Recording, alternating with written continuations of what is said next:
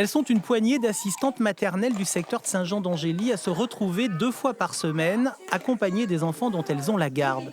Jeux, dessins, lecture de contes, une manière d'apprendre aux tout-petits à partager, à se sociabiliser. Il était une fois une petite chenille qui avait très faim. Elle trouva une grosse pomme rouge et commença à la manger.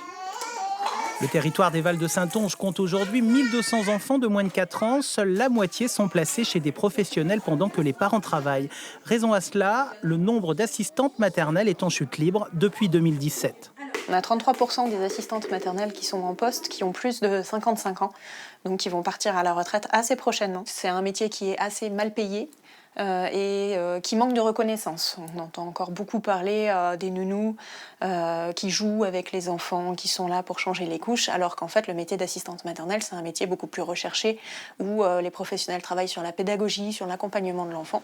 Alors depuis quelque temps déjà, en partenariat avec France Travail, la communauté de communes organise des journées promotion du métier dans l'espoir de susciter de nouvelles vocations. Formation, prime à l'installation, présentation du prêt à taux zéro pour financer l'équipement de la maison de la future assistante, tout y est abordé. Il y a peut-être quelque chose à creuser au niveau des familles monoparentales qui ont des enfants qui sont des fois plus trop petits, mais pas encore assez grands pour se garder seuls. Donc ça pourrait être un projet futur. C'est un métier que j'aime bien, c'est pour cette raison que je suis là. Voilà, pour voir un peu comment est-ce que ça se passe et puis voilà, pour pouvoir bien m'orienter. Des futures assistantes qui devront également prendre en compte les nouvelles exigences et contraintes professionnelles des parents. Elles sont de plus en plus nombreuses.